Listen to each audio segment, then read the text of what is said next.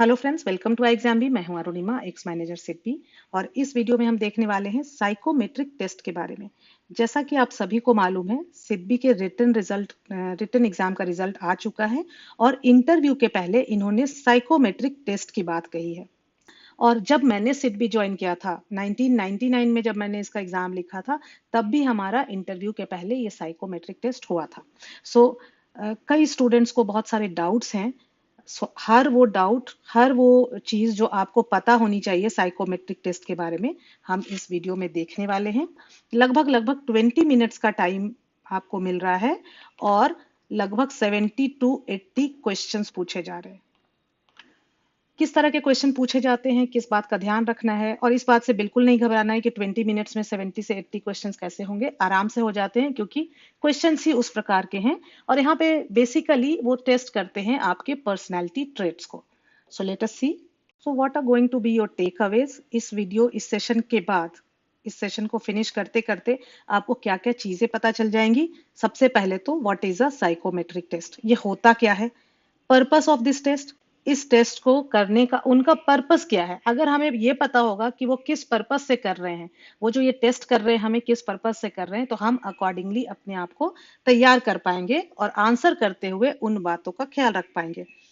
How they test you, किस तरह से टेस्ट करते हैं, किस तरह के प्रश्न पूछे जाते हैं, और व्हाट टू टेक केयर, हमें मतलब स्टूडेंट्स को जब वो ये टेस्ट लिखने बैठेंगे तो किन बातों का ख्याल रखना है। तो एक एक करके सारे पॉइंट्स को देखते हैं।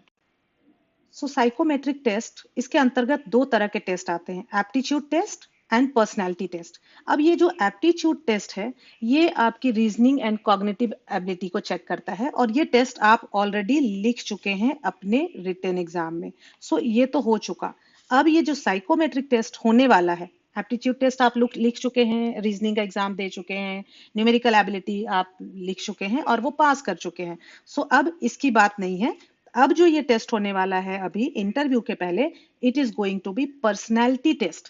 और ये पर्सनैलिटी टेस्ट क्या चेक करेगा, आपके पर्सनैलिटी ट्रेट्स को चेक करेगा। मतलब आपका behaviour, how motivated you are, how enthusiastic you are, आप एथिकल वैल्यू को कितना वैल्यू देते हैं, आप ऑनेस्ट हैं कि नहीं, सिंसियर हैं कि नहीं, टाइम की आपकी नज़र में क्या कीमत है, टाइम मैनेजमेंट स्किल्स आप में है कि नहीं, ये सारी चीज़ों को वो टेस्ट करते हैं। और ये टेस्ट करके वो क्या देखना चाहते हैं कि आप सिडबी ग्रेड ए ऑफिसर के रोल में कितना फिट होंगे।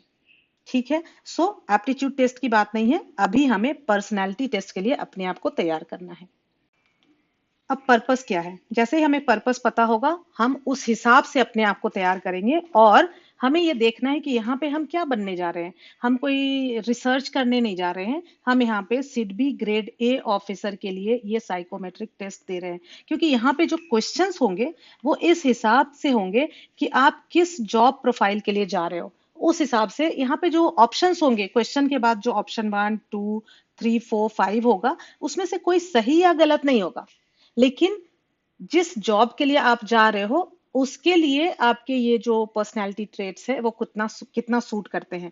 तो आपको बिल्कुल ध्यान रखना है कि आप यहाँ किस लिए जा रहे हो। यहाँ you are going to be SIDBI grade A officer, right.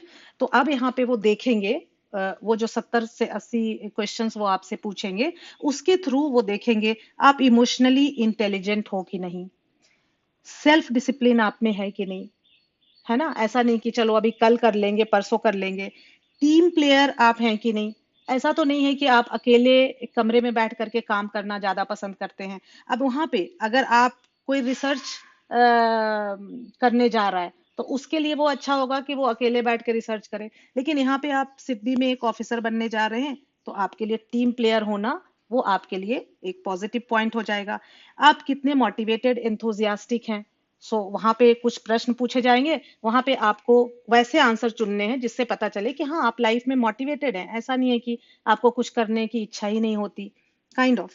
Time management skills हैं कि नहीं आप में, टाइम को आप कितना वैल्यू देते हैं, स्ट्रेस आप हैंडल कर पाते हैं कि नहीं कर पाते हैं, लीडरशिप क्वालिटीज आप में हैं कि नहीं, डिसीजन मेकिंग एबिलिटीज आप में है कि नहीं, कम्युनिकेशन स्किल्स आप में है कि नहीं। अब कम्युनिकेशन स्किल में सिर्फ इतना ही नहीं है कि हम अपनी बात समझा ले जाएं, किसी दूसरे की बात को हम कितनी अच्छी इंटरप्रेट करते हैं, हम सुनने की कितनी हम में काबिलियत है।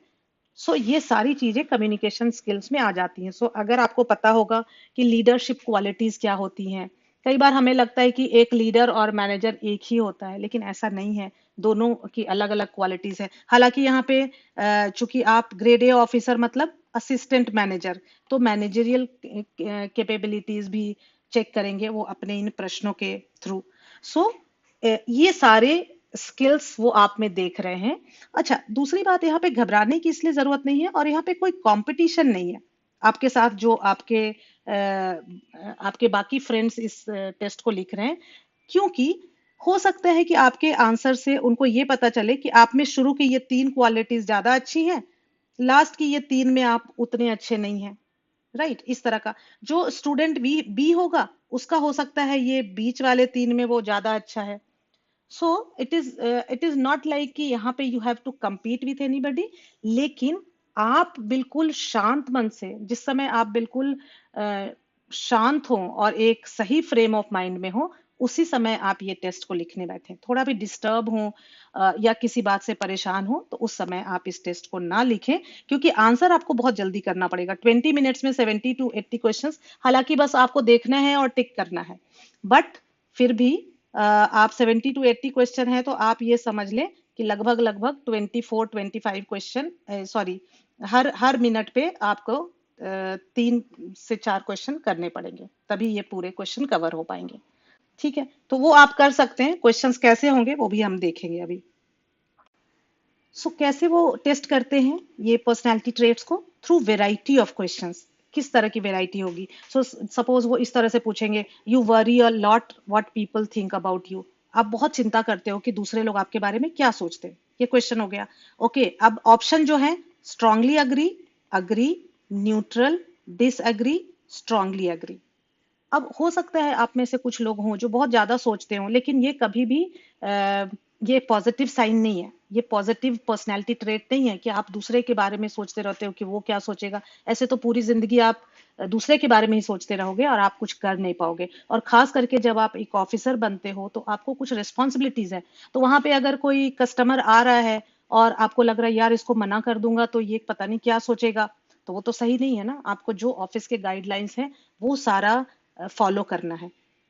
ठीक है, यहाँ पे हो सकता है you like to work alone, strongly agree, agree, neutral. तो उससे पता चलेगा आप एक टीम वर्कर नहीं हो, अगर आप अकेले बैठ के काम करना चाहते हो। इसी तरह से पूछ सकते हैं, you can do multitasking very easily. वहां पे अगेन स्ट्रांगली अग्री, अग्री। कुछ इस तरह के सवाल पूछे जा सकते हैं, you are ready to do what others tell you to do. कोई बाकी लोग जो कहते हैं वो करने के लिए आप तत्पर रहते हो।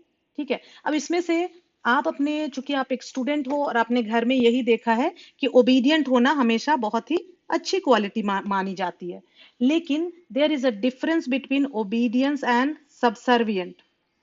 ठीक है, आपको सबसर्वियंट नहीं होना है। अगर आप कहते हो कि you are ready to do what others tell you to do, जो जो कोई भी कह रहा है वो करने के लिए हम तत्पर हैं।